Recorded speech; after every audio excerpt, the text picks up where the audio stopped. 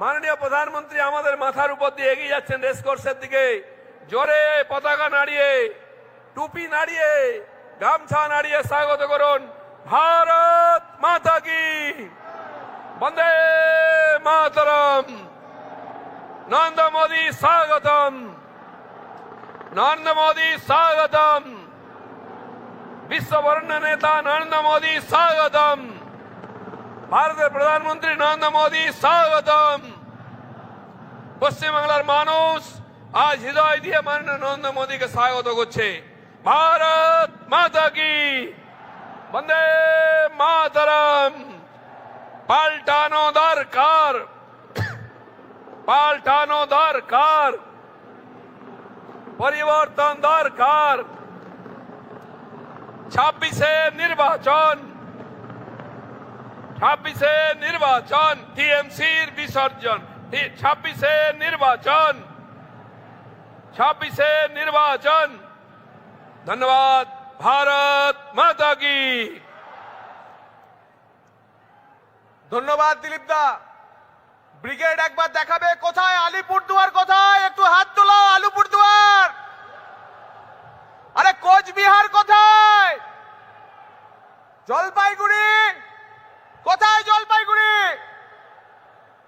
মেদিনীপুর কোথায়? পশ্চিম মেদিনীপুর। আরে পূর্ব মেদিনীপুর কোথায়? নদিয়া, নদিয়া কই? বীরভূম কই? পশ্চিম বর্ধমান কই? পূর্ব বর্ধমান। আরে উত্তর 24 পরগনা কোথায়? হাত নাড়াও। আরে দক্ষিণ 24 পরগনা কোথায়? হাত নাড়াও। এবার সবাই মিলে হাত নাড়াবে, কারণ আপনাদের সামনে আসছেন মহাগুরু শ্রী মিঠুন চক্রবর্তী।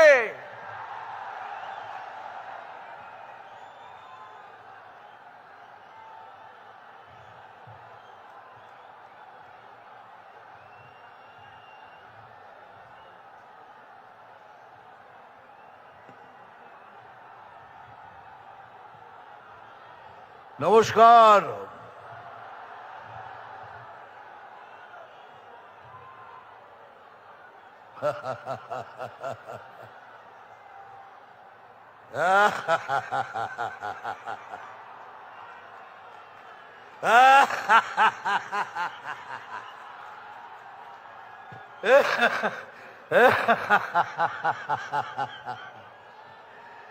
আপনারা ভাবছেন দাদা একটা কিছু বললো না, হাসছে কেন?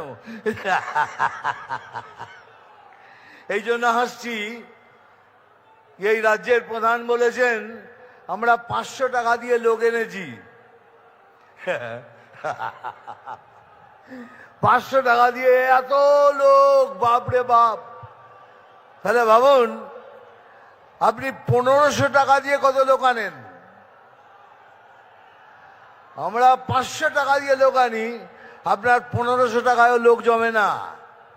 এই জন্য এই ভাতা, ওই ভাতা, ওই শ্রী, এইসব দিয়ে লোককে টুপি পরিয়ে এখানে নিয়ে আসেন। এই জন্য আসছি। আরো আসছি আরেকটা কারণে। উনি বলেছেন কি আমাদের গলায় দড়ি দিয়ে মরতে। আমি বললাম ঠিক আছে আমরা মরবো, আমরা গলায় দড়ি দিয়ে মরবো, কিন্তু আপনি কথা দিন আপনি রেল লাইনের মাথা দিয়ে দেবেন। আপনারা সবাই রেল লাইনে মাথা দেবেন, আমরা গলায় দড়ি লাগিয়ে ঝুলে পড়বো। এই জন্য আসছিলাম। আর জন্য আসছিলাম, এই ধর্ণা দিয়েছেন কিসের জন্য পড়ে জানলাম। একটা লোকের 389টা ছেলে মেয়ে, একজনের 389টা ছেলে মেয়ে, আর একজনের 310টা। উনি ধর্ণা দিয়েছেন তুই 400 করিসনি কেন? আমি এসআইআর নিয়ে লড়ছি, 389 থেকে 400 করিসনি কেন? কেন সুপ্রিম কোর্ট বলেছে এটা অসম্ভব, বৈজ্ঞানিকভাবে অসম্ভব। ইনি 389 জনের বাবা। তা আমি সেই বাবার সাথে দেখা করতে চাই, আমি ওনার পায়ে হাত দিতে চাই कि दादा আপনি কি খান। আপনি একটু দয়া করে বলুন আপনি কি খান? একজনের 310টা ছেলে মেয়ে, আমি তার পায়ে হাত দিয়ে বলতে যাই দাদা আপনি কি খান? ওই তাদের জন্য উনি লড়ছেন, এটা ভাববেন না আপনাদের জন্য লড়ছে। ও 310 কেন 325 হয়নি, ওই জন্য লড়ছেন। সুপ্রিম কোর্ট বলেছে এটা অসম্ভব, বৈজ্ঞানিকভাবে এটা সম্ভব নয়। তাহলে 389টা যা ছেলে মেয়ে, একটা মৌজাতে তো 600 সিট থাকে, 600 ভোটার, ওই একজনই আমাদের হারিয়ে দেবে। ওই একজন 389টা ভোট দিয়ে আমরা হেরে যাব। আর এত হাসি পায় যখন উনি বলেন 1 মিনিটের মধ্যে তোদের কেটে শেষ করে দেবো। বলে আমি আসি বলিয়ে বাঙালি হিন্দুরা বেঁচে আছে, হয়তো 1 মিনিটের মধ্যে সবাইকে জড়ো করে তোদের ফেলে দেবো। সেই জন্য খুব হাসি পাচ্ছে আমার। আপনি 1 সেকেন্ড এত সময় নিচ্ছেন? একটু বলুন না পুলিশকে নিরপেক্ষ হয়ে যেতে। 30 সেকেন্ডের মধ্যে খেলা শেষ করে দেবো।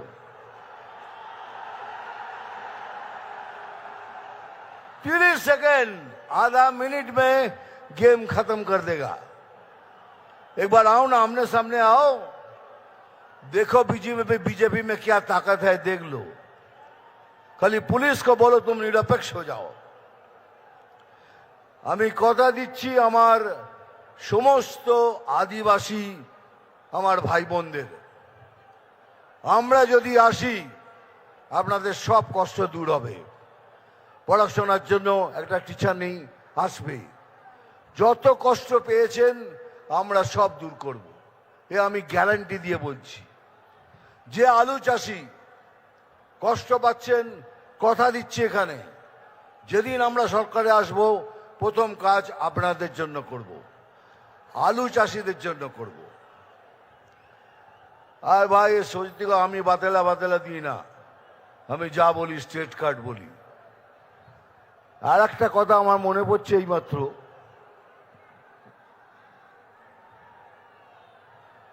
মানে যত ধরনের মিথ্যে কথা উনিই বলেন। আমি বলি কি উনি 10 জন পলিটিশিয়ানের মধ্যে ভারতবর্ষের উনি একজন। সবাই আমার উপর রেগে যেত, কি করছো দাদা, উনি একটা ফেইল্ড পলিটিশিয়ান, উনি একটা বাজে পলিটিশিয়ান, আপনি ওকে 10 জনের মধ্যে একজন বলছেন। তার কারণ আছে রে, কেন বলছি? উনি জানেন একটা সমাজের মেরুদণ্ড ভাঙতে কি লাগে। প্রথম হলো শিক্ষা, দ্বিতীয় হলো কার্য।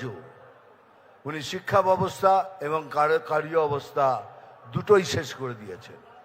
একটা সমাজকে ভাঙার জন্য এটাই দরকার। সেই জন্যই আমি বলেছিলাম 10 জনের মধ্যে একজনে উনি। দুনিয়াতে অনেক ধরনের চিফ মিনিস্টার দেখেছি, এই রকম চিফ মিনিস্টার দেখিনি যিনি কথায় কথায় মিথ্যে কথা বলেন। এত মিথ্যে বলেছেন যার মিথ্যে বলার সময় নেই। কারণ আপনাদের সূচনা দিচ্ছি, হাত ভেঙেছে, পা ভেঙেছে, এবার কিন্তু আরো কিছু ভাঙতে পারে, তার জন্য তৈরি থাকবেন। হয়তো চলে গেল আইসিইউতে, আর আইসিইউ থেকে বক্তৃতা দিচ্ছেন, আমার কি হবে? আইসিইউ থেকে বক্তৃতা দেওয়া যায়, উনি এমন ভাবে ব্যবস্থা করবেন তাতে আইসিইউ থেকে বক্তৃতা দেওয়া যায়। যাই হোক, বেশি কথা বলবো না। আমি জানি স্যার এসে গেছেন, স্যারকে সশ্রদ্ধ প্রণাম। আমার এখানে যারা বসে আছেন তাদেরও প্রণাম। ডায়লগ তো বলতেই হবে, বলে নি, আবার বলবো, আমি জল ঢোড়াও নই, বেলে বোড়াও নই, আমি জাত গোখরো। পরেরটা নিজেরা বসিয়ে নেবেন। আরে এটা একটা সিনেমার ডায়লগ, এটা মনোরঞ্জন করার জন্য বলি। মারবো এখানে, তোরাই যখন বলিস তাহলে আমার দরকার কি বলার? নাম তুফান, বছরে 1-2 আসি, যখন আসি তখন প্রলয় ঘটে, আর যখন যাই নিজেকে যারা ভগবান মনে করে তারা তাদের অস্তিত্ব খুঁজে বেড়ায়। Thank you very much. ভালো থাকবেন। নমস্কার, জয় হিন্দ, বন্দে মাতরম। ধন্যবাদ মিঠুনদা। মাননীয় প্রধানমন্ত্রীজি সরকারি অনুষ্ঠানে চলে এসেছেন। আমরা কিছুক্ষণের বিরতি নেব, তারপর তিনি এখানে আসবেন। আর যাওয়ার আগে একবার হুগলি হাত নাড়াও। হুগলি, হাওড়া, উত্তর দিনাজপুর, দক্ষিণ দিনাজপুর, মালদা, মুর্শিদাবাদ, বাকি সব জেলা মাননীয় প্রধানমন্ত্রীজিকে যখন স্বাগত জানাতে হবে, উত্তরীয় গেরুয়া আমাদের যা উত্তরীয় আছে, টুপি আছে, পার্টির পতাকা আছে, জাতীয় পতাকা আছে, বাকি যা যা আছে সেই সামগ্রী দিয়ে আমরা প্রধানমন্ত্রীকে স্বাগত জানাবো। আমরা কিছুক্ষণের জন্য বিরতি নিচ্ছি, কারণ মাননীয় প্রধানমন্ত্রীজির সরকারি অনুষ্ঠান শুরু হচ্ছে। ধন্যবাদ।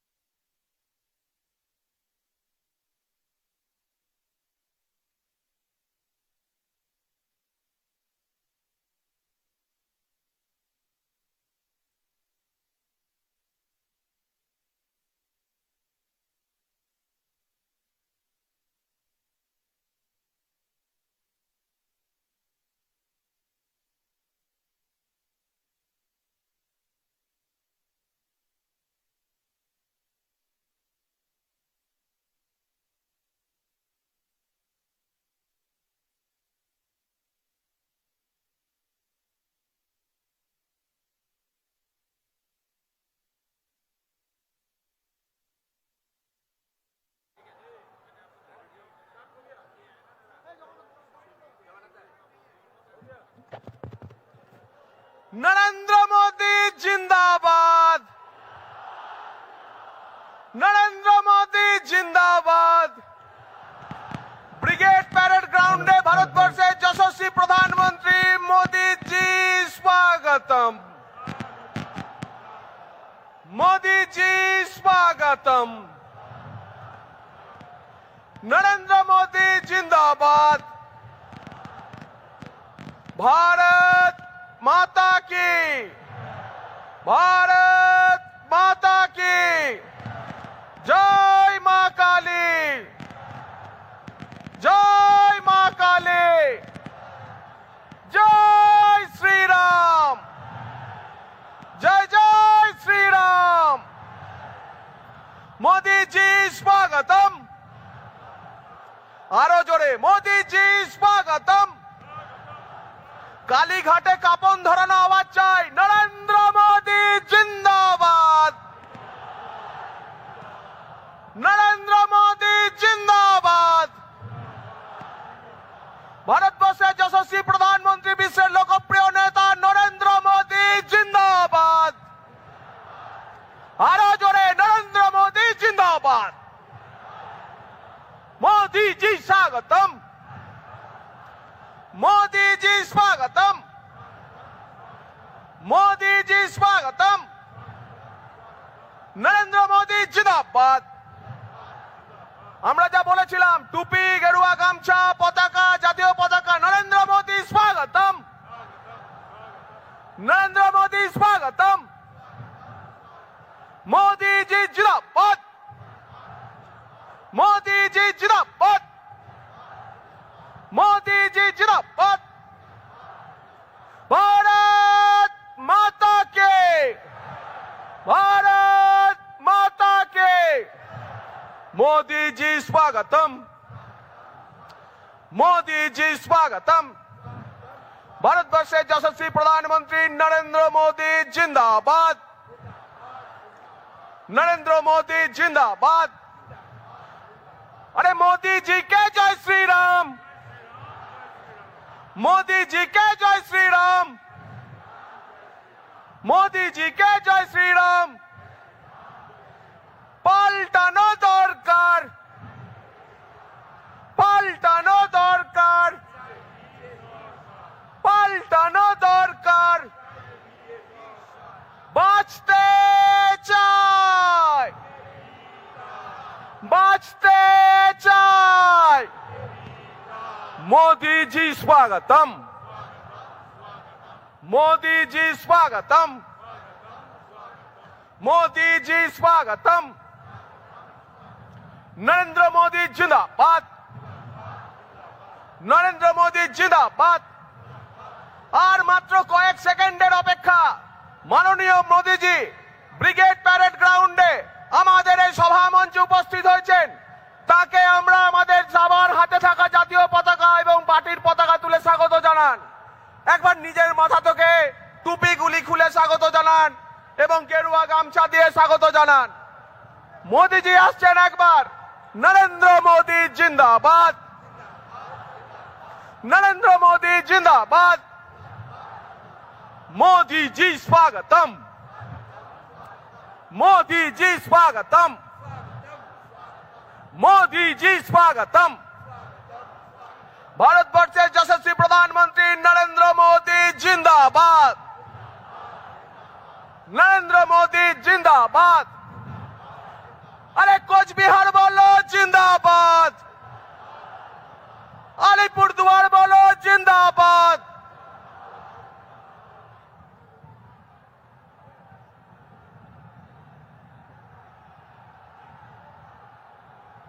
জলপাইগুড়ি बोलो जिंदाबाद, কলকাতা बोलो जिंदाबाद, মেদিনীপুর बोलो जिंदाबाद, बर्धमान बोलो जिंदाबाद, बीरभूम बोलो जिंदाबाद, आसानसोल बोलो जिंदाबाद, दक्षिण 24 परगना बोलो जिंदाबाद, उत्तर 24 परगना बोलो जिंदाबाद। अरे बांग्ला बोलो जिंदाबाद, नरेंद्र मोदी जिंदाबाद, नरेंद्र मोदी जिंदाबाद,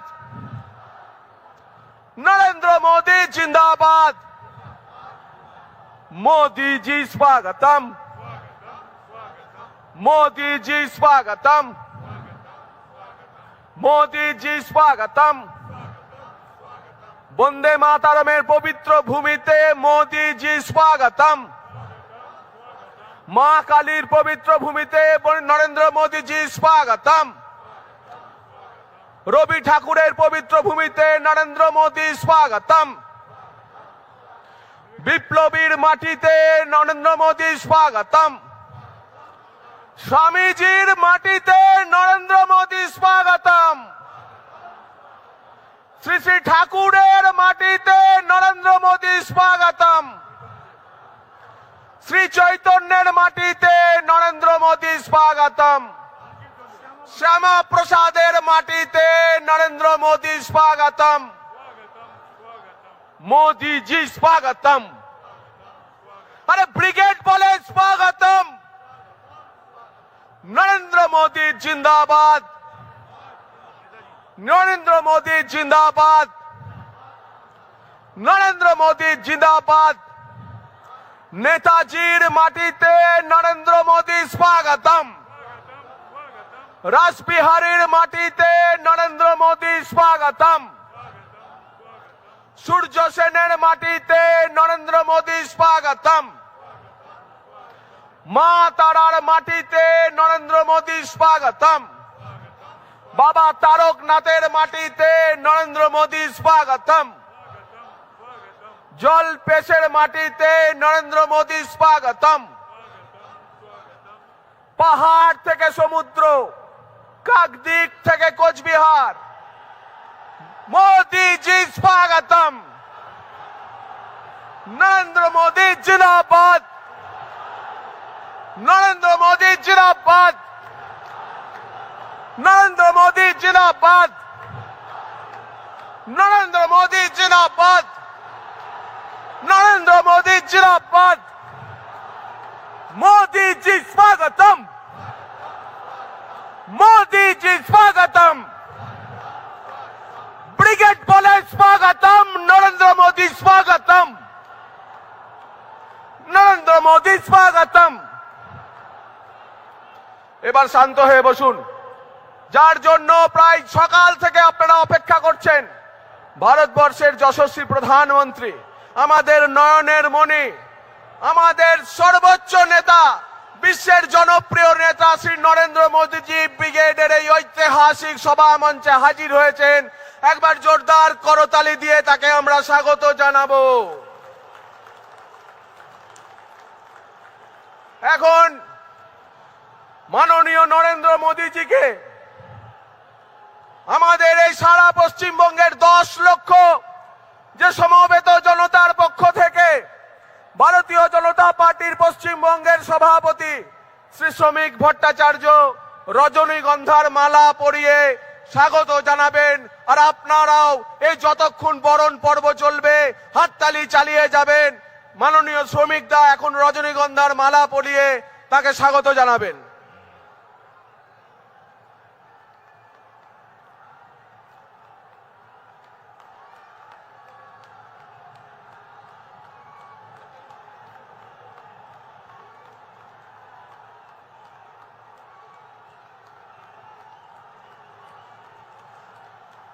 নরেন্দ্র মোদি জিন্দাবাদ, ভারত মাতা কে। এরপরেতে আমাদের বিরোধী দলনেতা শ্রী শুভেন্দু অধিকারী মহাশয় মাননীয় মোদীজিকে উত্তরীয় পরিয়ে এই ব্রিগেডের মহাসমাবেশে স্বাগত জানাবেন।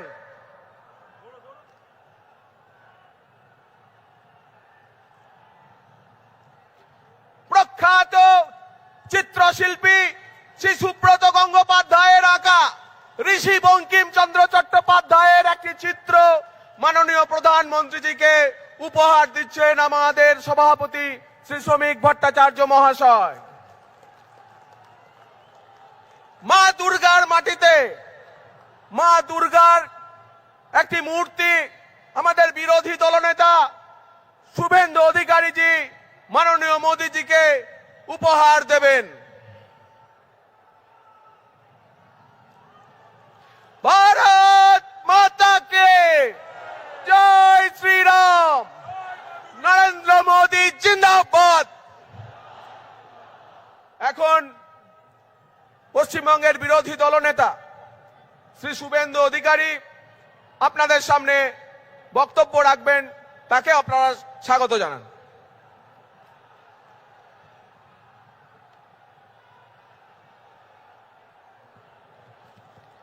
भारत माता की, भारत माता की। আরো জোরে বলুন। যারা রাষ্ট্রের বিরোধিতা করছে, ডক্টর শ্যামাপ্রসাদ মুখার্জি এবং স্বামী প্রণবানন্দ তৈরি করা বাঙালি হিন্দু হোমল্যান্ডের ভিতরে বসে, তাদের কর্ণগোচর হওয়া দরকার। ভারত মাতা কি, জয় জয় শ্রীরাম। হরে কৃষ্ণ মন্ত্রের সাথে আমি পশ্চিম বাংলার দার্জিলিং থেকে দীঘা, কাকদ্বীপ থেকে কোচবিহার, লক্ষ লক্ষ মানুষ যারা এসেছেন, গণদেবতা জনতা জনার্দন, বিশ্বের সর্ববৃহৎ রাজনৈতিক দল, যার একটাই মন্ত্র, রাষ্ট্র সর্বোপরি, রাষ্ট্র সর্বোপরি, নেশন ফার্স্ট, নেশন ফার্স্ট। বিজেপির দেবতুল্য কার্যকর্তাকে প্রণাম জানাই।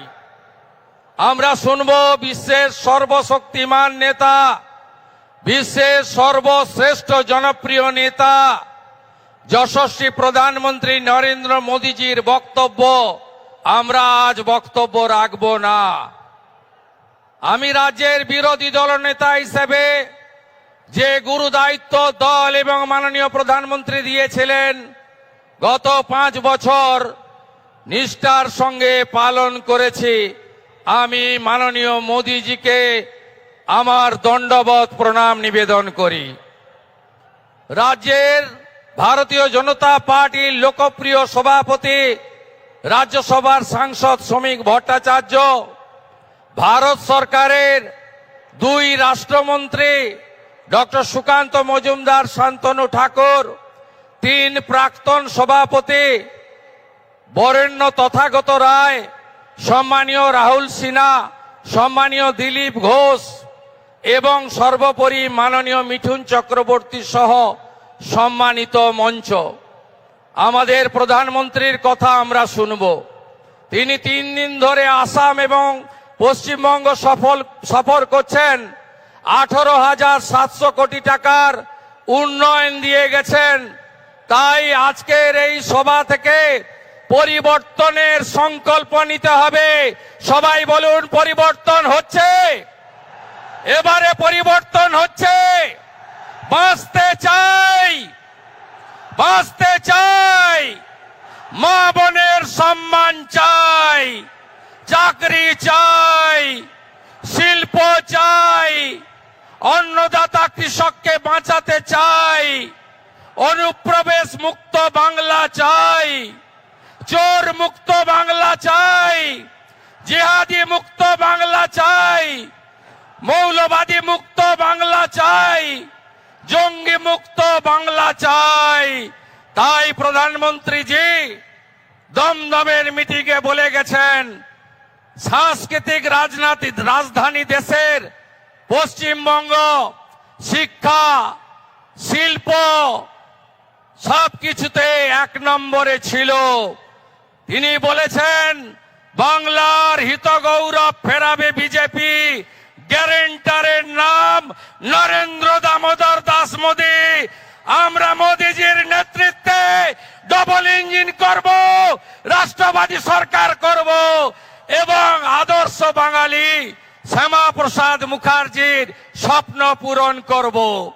তাই বলুন, পাল্টানো দরকার, পাল্টানো দরকার, আরো জোরে পাল্টানো দরকার, পাল্টানো দরকার, পাল্টানো দরকার, পাল্টানো দরকার, পাল্টানো দরকার। গো মাতা কি, গঙ্গা মাতা কি, माता काली की, माता दुर्गा की हर हर वंदे।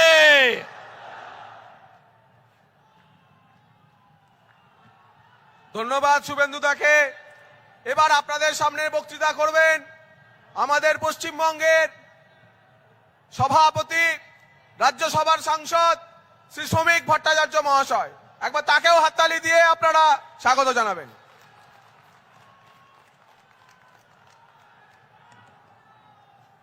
পৃথিবীর জনপ্রিয়তম রাজনৈতিক ব্যক্তিত্ব তথা ভারতের প্রধানমন্ত্রী, যিনি 120টি দেশকে কোভিড কালে সাহায্য করেছেন, 120 কোটি মানুষকে কোভিড কালে দুবারের জন্য ভ্যাকসিন দিয়েছেন, যিনি 80 কোটি মানুষকে আজ পর্যন্ত বিনা পয়সায় রেশন দিচ্ছেন, যিনি স্বপ্ন দেখতে পারেন এবং স্বপ্নকে বাস্তবায়িত করতে পারেন, সেই আমাদের প্রধানমন্ত্রী শ্রী নরেন্দ্র দামোদর দাস মোদী। প্রিয় বিরোধী দলনেতা শ্রী শুভেন্দু অধিকারী, শ্রী সুকান্ত মজুমদার, শ্রী শান্তনু ঠাকুর, শ্রী রাহুল সিনহা, শ্রী দিলীপ ঘোষ, শ্রদ্ধেয় শ্রী তথাগত রায়, মঞ্চে উপস্থিত আমার সমস্ত সহকর্মী বন্ধুগণ, শ্রদ্ধেয় মিঠুনদা, এবং কুচবিহার থেকে কাকদ্বীপ পর্যন্ত, পাহাড় থেকে সাগর পর্যন্ত যাদের স্বতঃস্ফূর্ত পদধ্বনি আজকে কলকাতার এই মাটিতে পড়েছে পরিবর্তনের স্বার্থে, সেই কর্মীদের আমি আমার প্রণাম জানাই। দেখুন, এই মাটি আমাদের মসৃণ হয়নি। 2016 সাল থেকে প্রায় 300 জনের বেশি বিজেপি কর্মীর রক্তের ওপর দিয়ে চলে আজকে আমরা এই ব্রিগেডে পৌঁছেছি।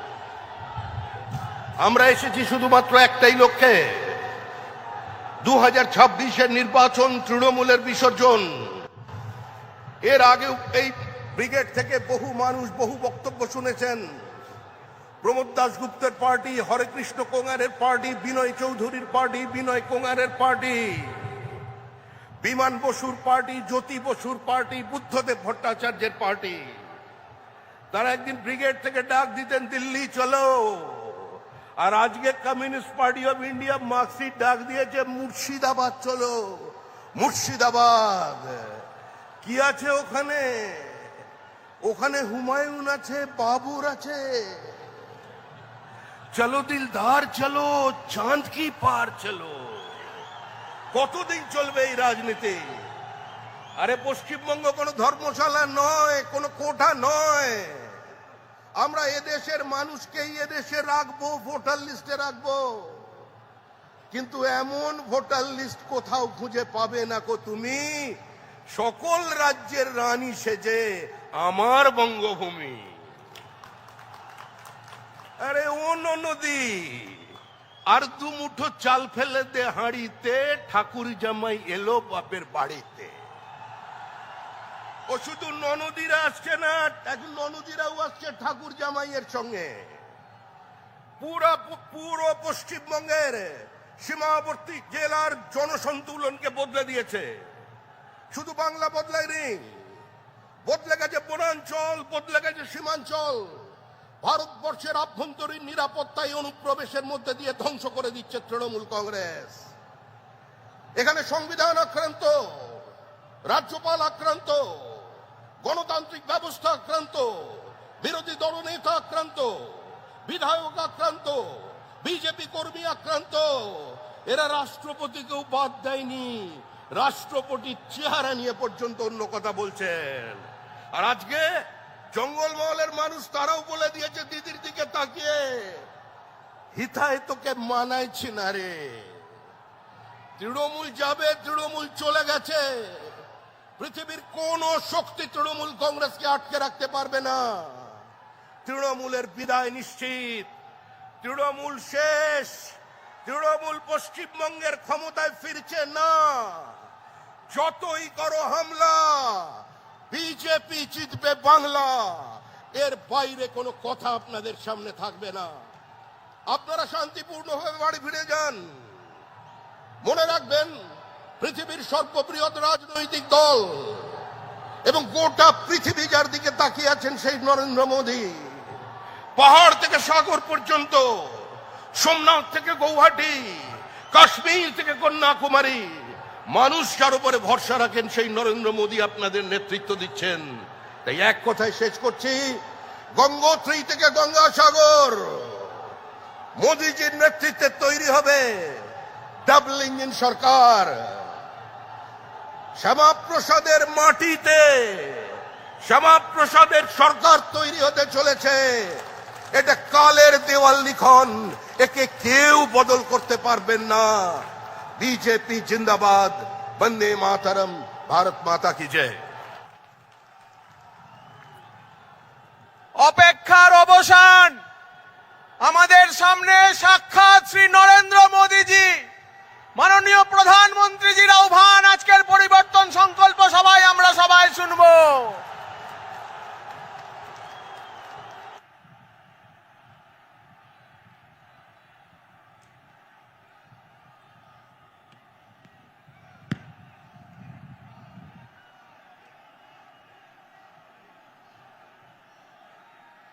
भारत माता की, भारत माता की। ये बेटी कब से चित्र लेके खड़ी है, कोई कलेक्ट कर लीजिए ताकि वो बेटी आराम से बैठ सके। जरा एसपीजी के लोग ये कलेक्ट कर लीजिए। धन्यवाद बेटा, बहुत बढ़िया चित्र बनाया आपने। भारत माता की, भारत माता की। আমার প্রিয় পশ্চিমবঙ্গবাসী ভাইও বোনেরা, আমার অন্তরের অন্তঃস্থল থেকে সুশ্রদ্ধ প্রণাম। बंगाल की ऐतिहासिक धरती, ये ब्रिगेड परेड ग्राउंड का ऐतिहासिक मैदान और बांग्ला मानुष का ये ऐतिहासिक जनसैलाब, जहां जहां मेरी नजर पहुंच रही है लोग ही लोग नजर आ रहे हैं। ये अद्भुत दृश्य है। यह आपका उत्साह, यह आपका जोश बंगाल क्या सोच रहा है, बंगाल के मन में क्या चल रहा है, अगर किसी को देखना है तो जरा ये तस्वीर देख ले।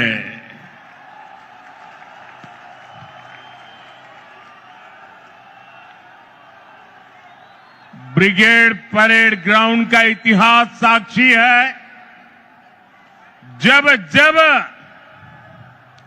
बंगाल देश को दिशा देता है, ये ब्रिगेड मैदान बंगाल की आवाज बनता है। इस मैदान से अंग्रेजी हुकूमत के खिलाफ उठी आवाज, और वो आवाज हिंदुस्तान में एक क्रांति बन गई थी। और उसका नतीजा क्या हुआ? अंग्रेजों के अत्याचार और लूट का खात्मा हुआ। आज एक बार फिर ब्रिगेड ग्राउंड से नए बंगाल की क्रांति का बिगुल बज गया है।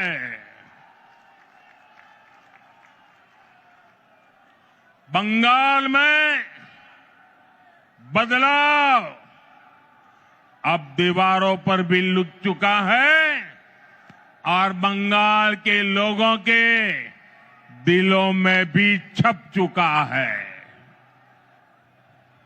अब बंगाल से निर्मम सरकार का अंत होकर रहेगा।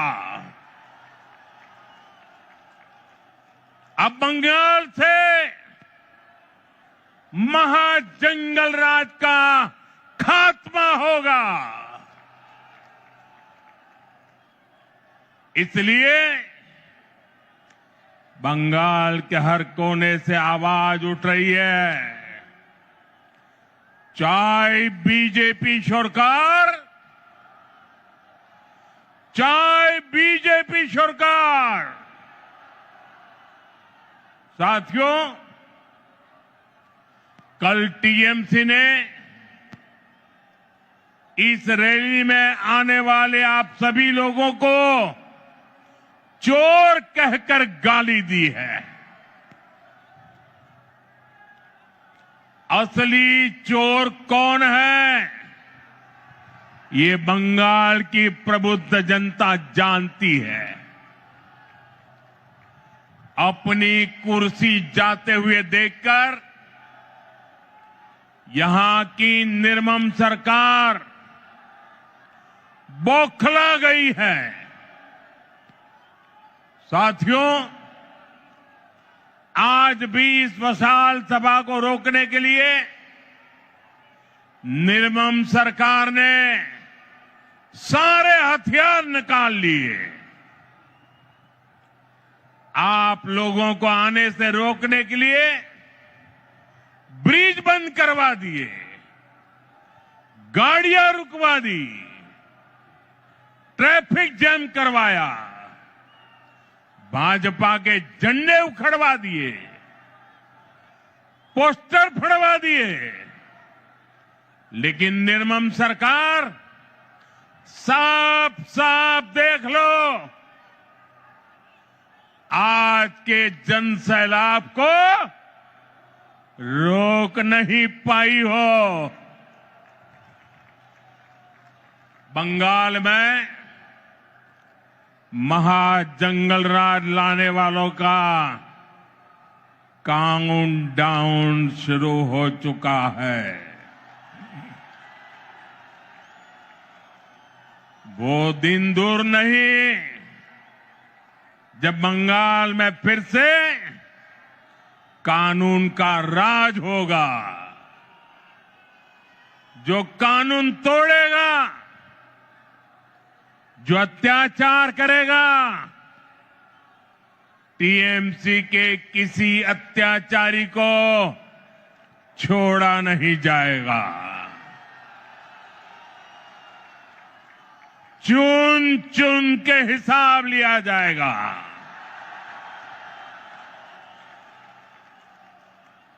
भाइयों बहनों, यहां की निर्मम सरकार चाहे अब जितना जोर लगा ले, परिवर्तन की इस आंधी को अब निर्मम सरकार रोक नहीं पाएगी। भाजपा के साथ, एनडीए के साथ महिषासुर मर्दिनी का आशीर्वाद है। श्री रामकृष्ण परमहंस, स्वामी विवेकानंद, नेताजी सुभाष चंद्र बोस, ऋषि बंकिम चंद्र, गुरुदेव रविंद्रनाथ टैगोर, ईश्वर चंद विद्यासागर, बागा जतीन और खुदीराम बोस, डॉक्टर श्यामा प्रसाद मुखर्जी, लोक माता रानी रोशमनी, ऐसी सभी महान विभूतियों ने जिस बंगाल की परिकल्पना की थी, भारतीय जनता पार्टी की सरकार उस बंगाल का निर्माण करेगी, नवनिर्माण करेगी। साथियों, बंगाल का विकास नेक नियत से होगा, सही नीतियों से होगा। बंगाल में अभी हमारी सरकार नहीं है, लेकिन फिर भी केंद्र सरकार के जरिए बीजेपी दिन रात बंगाल के विकास में लगी हुई है। आज भी अभी मैंने 18,000 करोड़ रुपए 18,000 करोड़ रुपए से अधिक की परियोजनाओं का उद्घाटन और शिलान्यास किया है। अभी 18,000 करोड़ कितना 18,000 करोड़ कितना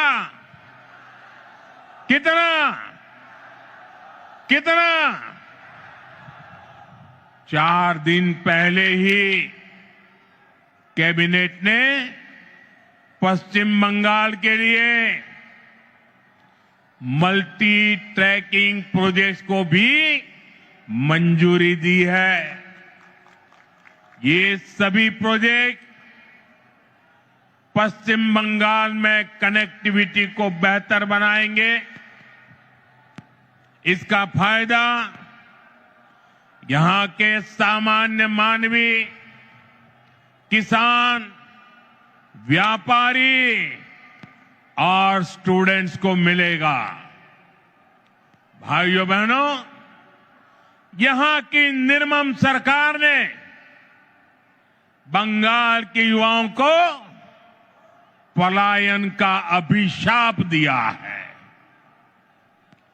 आप सब जानते हैं, बंगाल के युवा प्रतिभा और हुनर में सबसे आगे है। बंगाल के युवा मेहनत करने में सबसे आगे है। बंगाल एक समय पर पूरे भारत के विकास को गति देता था। बंगाल व्यापार और उद्योगों में सबसे आगे था, लेकिन आज हालत क्या है? यहां का युवा ना डिग्री ले पा रहा है और ना ही उसे रोजगार मिल रहा है। आपके बेटे बेटियों को काम की तलाश में दूसरे राज्यों में पलायन करना पड़ता है। साथियों, पहले कांग्रेस, फिर कम्युनिस्ट और अब टीएमसी, ये लोग एक के बाद एक आते रहे, अपनी जेबें भरते रहे और बंगाल में विकास के काम ठप पड़े रहे। इंफ्रास्ट्रक्चर के मामले में हमारा बंगाल पीछे होता चला गया। उद्योग धंधे बंद होते चले गए। यहां टीएमसी सरकार में नौकरियां खुले आम बेची जा रही है। भर्तियों में घोटाले हो रहे हैं। अब समय आ गया है, अब समय आ गया है, ये हालात बदले। बंगाल के युवाओं को बंगाल में काम मिले। ये नौजवान बंगाल के विकास का नेतृत्व करें। এই স্বপ্ন আপনার আর এই স্বপ্ন পূরণ করা মোদির গ্যারান্টি। মোদির গ্যারান্টি।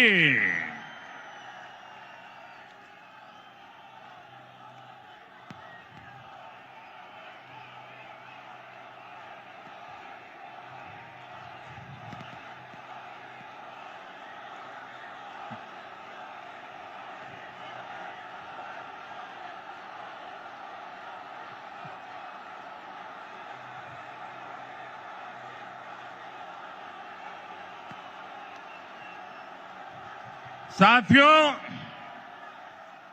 टीएमसी सरकार का एक ही एजेंडा है।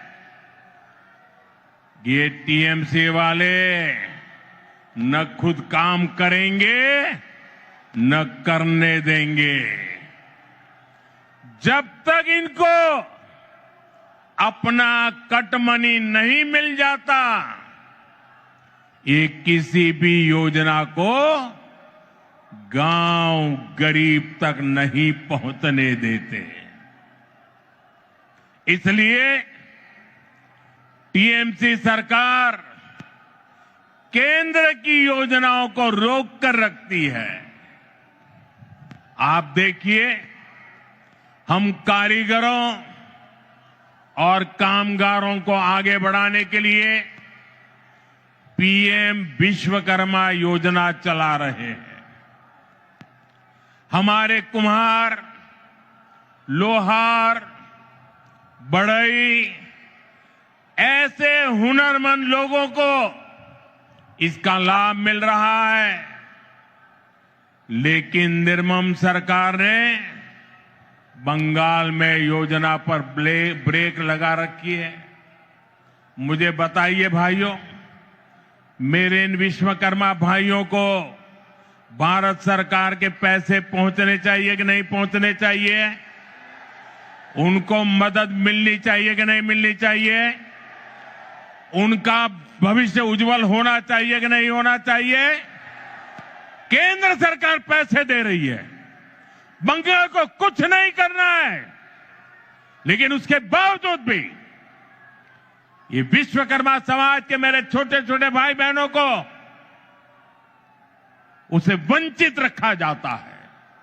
साथियों, देशवासियों को मुफ्त बिजली देने के लिए हमने पीएम सूर्यघर मुफ्त बिजली योजना शुरू की है। केंद्र की भाजपा सरकार इसके लिए हर लाभार्थी को 75 से 80 हजार रुपया देती है। आपको, बंगाल के मेरे भाई बहनों को, हर परिवार को मोदी सरकार 75 से 80 हजार रुपया देती है। जो लाभार्थी पीएम सूर्यघर मुफ्त बिजली योजना से जुड़ता है, उसके घर का बिजली बिल 0 हो जाता है। लेकिन बंगाल सरकार इसे भी लागू नहीं होने दे रही। आप मुझे बताइए, आपका बिजली बिल 0 होना चाहिए कि नहीं? बिजली बिल 0 करने के लिए मोदी की मदद मिलनी चाहिए कि नहीं मिलनी चाहिए? जो इसे रोकते हैं वो आपके दुश्मन है कि नहीं है? बंगाल के दुश्मन है कि नहीं है? हर परिवार के दुश्मन है कि नहीं है? साथियों, बंगाल के विकास में चाय बागानों और उनमें काम करने वाले श्रमिकों की बड़ी भूमिका है। लेकिन चाय बागानों के श्रमिकों को पीएम चाय श्रमिक प्रोत्साहन योजना का लाभ नहीं मिल रहा है। मुझे बताइए, चाय बागान के मेरे श्रमिकों को ये लाभ मिलना चाहिए कि नहीं मिलना चाहिए? उनको मदद मिलनी चाहिए कि नहीं मिलनी चाहिए? केंद्र सरकार की इस योजना में बंगाल सरकार रोड़े अटका रही है।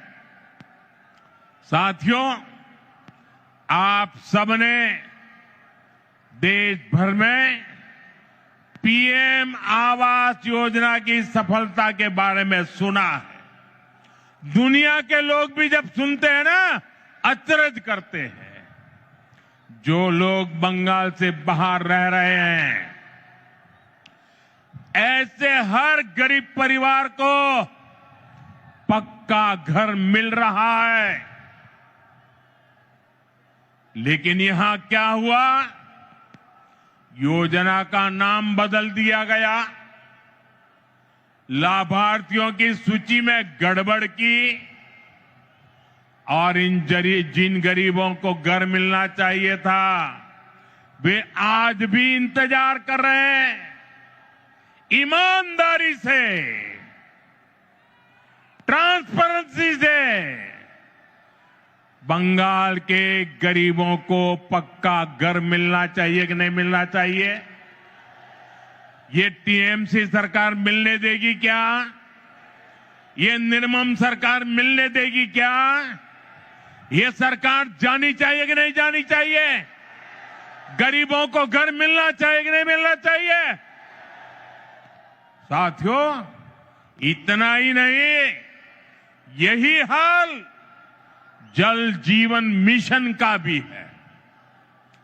बंगाल में लोग पूछ रहे हैं, जब देश के बाकी हिस्सों में हर घर जल पहुंच सकता है तो बंगाल में क्यों नहीं? भाइयों बहनों, केवल बिजली, पानी, सड़क और घर इसकी बात नहीं है। ये टीएमसी सरकार अपनी स्वार्थी राजनीति की वजह से आयुष्मान योजना को लागू नहीं कर रही है। देश के करोड़ों लोग इस योजना के तहत 5 लाख रुपए तक के मुफ्त इलाज का लाभ उठा रहे हैं। मुझे बताइए, गरीबों को बीमारी में 5 लाख रुपए तक की मदद पहुंचनी चाहिए कि नहीं पहुंचनी चाहिए? मोदी दे रहा है, मिलनी चाहिए कि नहीं मिलनी चाहिए? ये टीएमसी सरकार बीमार लोगों की भी दुश्मन है कि नहीं है? अत्याचारी है कि नहीं है? लेकिन बंगाल के गरीब परिवारों को 5 लाख रुपया वाली आयुष्मान योजना से भी, उस अधिकार से भी वंचित रखा गया है।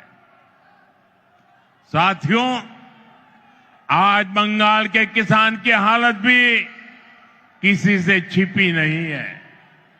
मुझे बताया गया है कि 2-3 दिन पहले ही चंद्रकोना में हमारे एक आलू किसान ने खुदकुशी कर ली है, आत्महत्या कर ली है।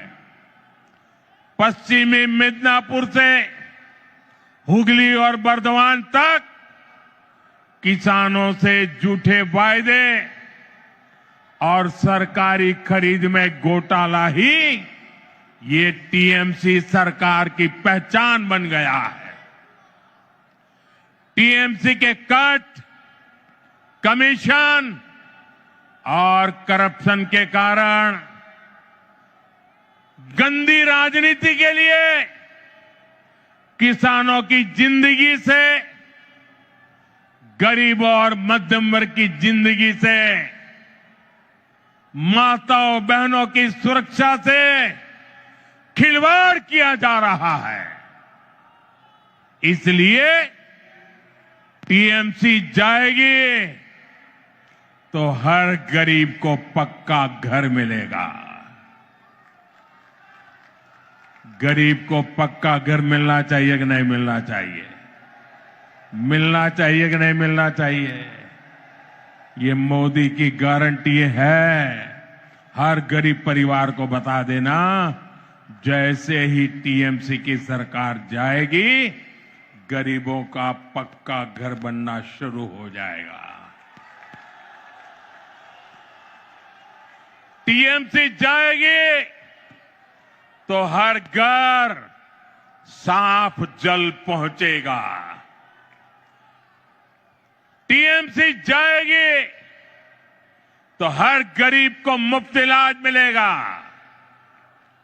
टीएमसी जाएगी तो कारीगरों को नए अवसर मिलेंगे।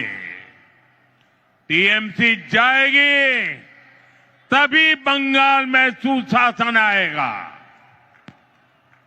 साथियों, हमारे बंगाल ने आजादी के बाद विभाजन सहा, विभाजन की आग देखी, मजहबी दंगे देखे, बाद के दशकों में अस्थिरता देखी, घुसपैठ का दौर देखा, रक्तपात सहा।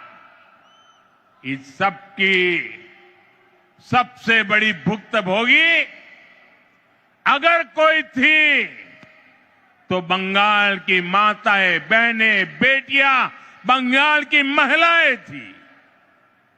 लेफ्ट की सरकार में अपहरण, हत्या, बलात्कार का वह दौर कोई नहीं भूल सकता। इसलिए बंगाल के आप लोग लेफ्ट को हटाकर बड़ी आशा के साथ टीएमसी को लेकर आए। आपने टीएमसी पर भरोसा किया, लेकिन टीएमसी ने लेफ्ट के गुंडों और माफियाओं को ही अपनी पार्टी में भर्ती कर लिया। आज बंगाल में अपराधियों को खुली छूट है। आए दिन बहन बेटियों के खिलाफ दिल दहलाने वाले अपराध होते हैं। बंगाल का कोई इलाका ऐसी घटनाओं से अछूता नहीं है। आप याद करिए, कॉलेज परिसर में दुष्कर्म की घटना, नाबालिग बेटियों से दुष्कर्म के मामले, टीएमसी कार्यालय में महिला से बलात्कार, 7-8 साल की बच्चियों से बलात्कार के खौफनाक कुकृत्य, कहीं आदिवासी बेटी के साथ दुष्कर्म, ऐसे ज्यादातर मामलों में अपराधी कोई न कोई टीएमसी का नेता होता है या टीएमसी से जुड़ा होता है। साथियों, यहां निर्मम सरकार खुलेआम बलात्कारियों को संरक्षण देती है, अपराधियों को बचाने की पूरी कोशिश की जाती है। आप मुझे बताइए, अपराधियों को बचाया जाता कि नहीं बचाया जाता? बलात्कारियों को बचाया जाता कि नहीं बचाया जाता? संदेश खाली की वो तस्वीरें और टीएमसी का रवैया, आरजीकर अस्पताल की उस बेटी के साथ हुई दरिंदगी बंगाल के लोग भूले नहीं है। टीएमसी कैसे खुलेआम अपराधियों के साथ खड़ी नजर आती थी। साथियों, इसी मानसिकता का परिणाम है आज महिलाओं के खिलाफ एसिड अटैक जैसे घिनौने अपराध इतने ज्यादा मात्रा में पश्चिम बंगाल में हो रहे हैं। जो बंगाल एक समय देश का सबसे प्रगतिशील राज्य होता था, आज वहां शाम होते ही माएं बेटियों को फोन करके कहती है, बाड़ी फिर ऐशो सौंदे न माराइए। शक्ति की पूजा करने वाले बंगाल को ऐसे हालात मंजूर नहीं होंगे। मैं बंगाल की मेरी माताओं बहनों को भरोसा दिलाता हूं, आप भाजपा को, बीजेपी को अपना आशीर्वाद दीजिए। बीजेपी सरकार में महिलाएं सुरक्षित होगी और अपराधी जेल में होंगे, और ये मोदी की गारंटी है।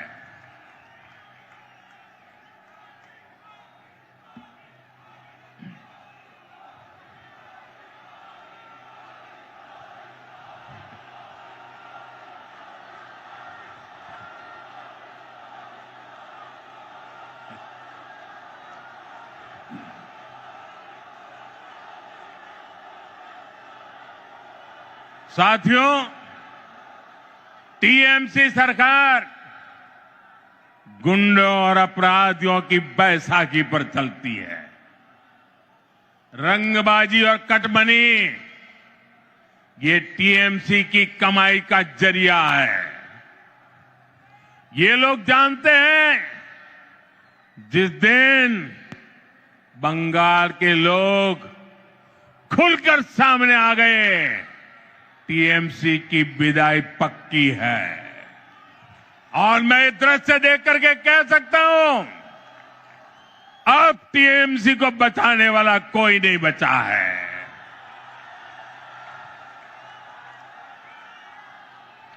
इसलिए ये बंगाल के आप लोगों को डरा धमका कर रखना चाहते हैं। इसके लिए टीएमसी वाले माफिया गिरोहों को पालते हैं। ये कट्टरपंथियों को संरक्षण देते हैं और ऐसे गिरोहों की ताकत बढ़ाने के लिए घुसपैठियों को बुलाते हैं, घुसपैठियों को। साथियों, ये टीएमसी मां माटी मानुष के नारे पे सत्ता में आई थी। आज वही मां रो रही है, माटी को लूटा जा रहा है और बंगाली मानुष बंगाल छोड़ने पर मजबूर हो रहा है। घुसपैठियों की वजह से आज बंगाल की रोटी, बेटी, माटी, उस पर सबसे बड़ा खतरा आ गया है। ये लोग बंगाल के लोगों का रोजगार छीन रहे हैं। हमारी बहन बेटियों की सुरक्षा खतरे में पड़ गई है और बंगाल के लोगों की जमीनों पर, बंगाल की माटी पर इन घुसपैठियों का कब्जा दिलवाया जा रहा है। इसका परिणाम आज सबके सामने है। बीते दशकों में बंगाल के ज्यादातर इलाकों में डेमोग्राफी बदल गई है। बंगाली हिंदुओं को जानबूझकर अल्पसंख्यक बनाया जा रहा है।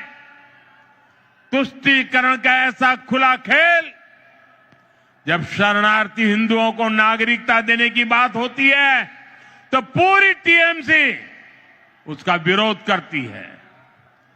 वो हिंदू जिन्होंने कभी विभाजन का समर्थन नहीं किया था, जिन्होंने हमेशा अविभाजित बंगाल को, भारत को अपनी मातृभूमि माना, टीएमसी वाले उन्हें नागरिकता देने का विरोध करते हैं, क्योंकि उनके लिए उनकी वोट बैंक ही सबसे प्रमुख है। वो हिंदुओं को तो अपनी वोट बैंक नहीं समझते, उनसे उनके आपराधिक गिरोह नहीं बढ़ते। इसलिए ये लोग एसआईआर का भी विरोध करते हैं, ताकि घुसपैठियों के नाम वोटर लिस्ट से हट न जाए, वोटर लिस्ट शुद्ध न हो जाए। और ये तो ऐसे लोग हैं जिनकी मृत्यु हो चुकी है, उनके भी नाम निकालने के लिए तैयार नहीं है। भाइयों बहनों, डेमोग्राफी के इस खतरनाक बदलाव ने आज बंगाल को असुरक्षित बना दिया है और अब तो यहां खुलेआम धमकी दी जा रही है। कहा जा रहा है एक खास कम्युनिटी वाले मिलकर आप लोगों को खत्म कर देंगे।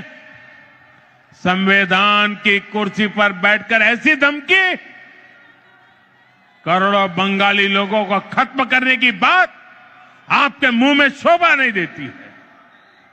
मैं पूछना चाहता हूं, वो कौन लोग हैं जो टीएमसी सरकार के इशारों पर करोड़ों लोगों को खत्म कर देंगे?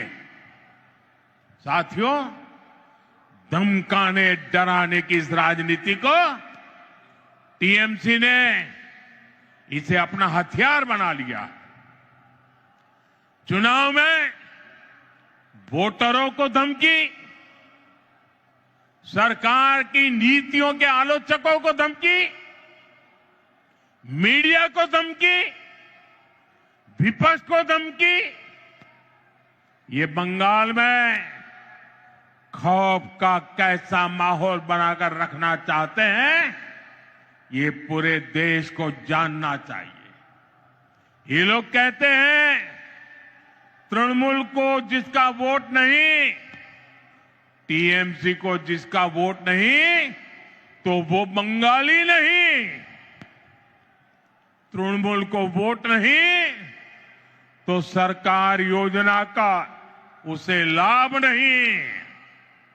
तृणमूल को वोट नहीं तो घरों में बिजली पानी नहीं। टीएमसी सिंडिकेट के जरिए नहीं जाओगे तो कोई सप्लाई नहीं। लेकिन साथियों, मैं टीएमसी को याद दिलाना चाहता हूं, टीएमसी की गुंडागर्दी के दिन अब खत्म होने जा रहे हैं।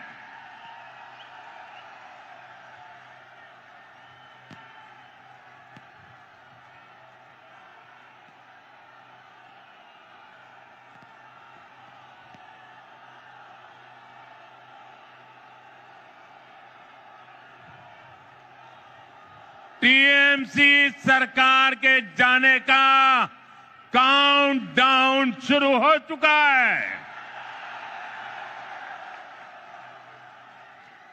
यहां बंगाल में बीजेपी सरकार बनने के बाद एक तरफ हम सबका साथ सबका विकास ये मंत्र लेकर चलेंगे और दूसरी तरफ सबका हिसाब लिया जाएगा।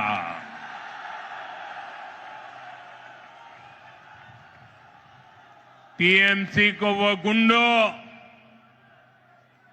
ये टीएमसी के वो गुंडे जो आपको डराते हैं, बीजेपी सरकार में उनके डर भरे दिन शुरू होना तय है। बीजेपी सरकार में खौफ हर अपराधी को होगा, खौफ हर घुसपैठियों को होगा, खौफ तुष्टीकरण की राजनीति करने वालों को होगा, क्योंकि कानून अपना काम करेगा, कानून का राज आएगा। ऐसे लोगों को मुंह छिपाने की जगह नहीं मिलेगी। ऐसे अपराधियों को सिर्फ एक ही जगह होगी, एक ही जगह होगी, जेल, जेल, जेल। साथियों, बंगाल की निर्मम सरकार में आज सबसे ज्यादा प्रताड़ित यहां का दलित, आदिवासी और हमारे गरीब भाई बहन हैं। आदिवासी समाज के साथ कैसा अन्याय होता है ये किसी से छिपा नहीं है। लेकिन अब तो टीएमसी सरकार इन्होंने सभी सीमाएं लांघ दी है। आप देखिए, अभी कुछ दिन पहले हमारे देश की महामहिम राष्ट्रपति आदिवासी समाज की बेटी आदरणीय द्रौपदी मुर्मू जी बंगाल आई थी। उन्हें संथाल आदिवासी परंपरा के पावन उत्सव में शामिल होना था, लेकिन अहंकार में डूबी इस निर्मम सरकार ने न केवल उस कार्यक्रम का बहिष्कार किया, बल्कि उसे पूरी तरह बदइंतजामी के हवाले कर दिया। क्योंकि एक आदिवासी बेटी इतने बड़े पद पर है, टीएमसी वालों को उनका सम्मान मंजूर नहीं हुआ। द्रौपदी मुर्मू जी जो हमेशा अपनी सरलता के लिए जानी जाती है, उन्हें खुद बड़े दुखी मन से खेद व्यक्त करना पड़ा। भारत के राष्ट्रपति को अपनी तकलीफ बतानी पड़ी।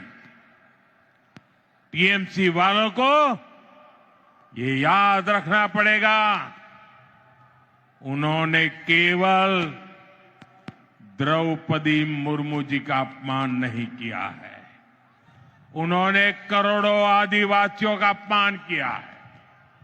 उन्होंने करोड़ों महिलाओं के सम्मान को ठेस पहुंचाई है। उन्होंने देश के सर्वोच्च पद की गरिमा को ठेस पहुंचाई है। इन्होंने भारत के संविधान का अपमान किया है। इन्होंने बाबा साहब आंबेडकर का अपमान किया है। और इसका जवाब बंगाल के लोगों से टीएमसी को मिलने वाला है, निर्मम सरकार को मिलने वाला है। साथियों, टीएमसी सरकार ने बंगाल को पूरी तरह से अराजकता के हवाले कर दिया है। संवैधानिक व्यवस्थाओं पर आए हर दिन हमले करने के वो रास्ते खोजते रहते, हमले करते रहते।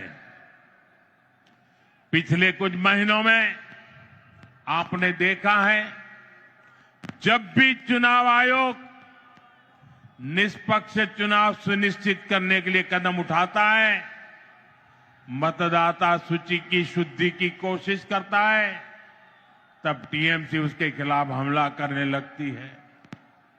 जो संस्था स्वतंत्र और निष्पक्ष चुनाव कराने के लिए जिम्मेदार है, उसी की विश्वसनीयता पर सवाल खड़े किए जाते हैं। ऐसा ही व्यवहार देश की सेना को लेकर दिखाई देता है। जब 2019 में भारतीय वायुसेना ने बालाकोट में आतंकवादी ठिकानों पर निर्णायक कार्रवाई की, तब टीएमसी ने देश की वायुसेना से कार्रवाई का सबूत मांगा। साथियों, यहां राज्य सरकार पुलिस को स्वतंत्र रूप से जांच करने नहीं देती। जब राष्ट्रीय एजेंसियां टीएमसी सरकार के भ्रष्टाचार या गंभीर अपराधों की जांच करना चाहती हैं, तो उन्हें भी रोकने की कोशिश होती है। अब जरा सोचिए, न्याय के लिए लोग आखिर कहां जाएंगे? साथियों, तृणमूल वाले यही अराजकता दिल्ली तक फैलाने की कोशिश करते हैं। आपने संसद में भी देखा है, सदन के भीतर कैसे कागज फाड़े जाते हैं, कैसे बहस को रोका जाता है, कैसे सदन की कार्यवाही को बाधित किया जाता है। देश टीएमसी की शर्मनाक हरकतें देखकर हैरान होता है। साथियों, बंगाल के प्रबुद्ध लोग अब इस अराजकतावादी सरकार के खिलाफ संकल्प ले चुके हैं। इस अराजक सरकार को उखाड़ फेंकने का काम इसी धरती के लोग करने वाले हैं। साथियों, आज यहां जो जनसैलाब उमड़ा है, ये पश्चिम बंगाल की जागती हुई चेतना है। ये उस बदलाव की आहट है जिसका इंतजार वर्षों से किया जा रहा है। पश्चिम बंगाल में दार्जिलिंग की पहाड़ियों से लेकर सुंदरबन के द्वीपों तक, उत्तर बंगाल के चाय बागानों से लेकर कोलकाता की गलियों तक, आज हर जगह पर एक ही चर्चा है, बदलाव चाहिए। और ये बदलाव अब होकर रहेगा। साथियों, बंगाल की आत्मा कभी हार मानने वाली नहीं है। बंगाल का नौजवान कभी हार मानने वाला नहीं है। बंगाल की बेटियां कभी हार मानने वाली नहीं है। बंगाल का किसान कभी हार मानने वाला नहीं है। जब जब इस भूमि के सामने चुनौतियां आई है, तब तब यहां की जनता ने साहस के साथ उनका सामना किया है। गुरुदेव रविन्द्रनाथ ठाकुर ने भी हमें संदेश दिया है। उन्होंने कहा था, विपदे मोरे रक्षा करो, ये नोहे मोर प्रार्थना विपदे आमी ना जाए जेनो कोरी बॉय। आज भी वही समय है। कुछ लोग आपको डराने की कोशिश करेंगे, कुछ लोग कहेंगे कि बदलाव संभव नहीं है, लेकिन याद कर रहिए और याद जरूर रखें, जब जनता ठान लेती है तो कोई भी ताकत उसे रोक नहीं सकती। और बंगाल की जनता ने जब भी ठाना है, इतिहास बदल कर दिखाया है।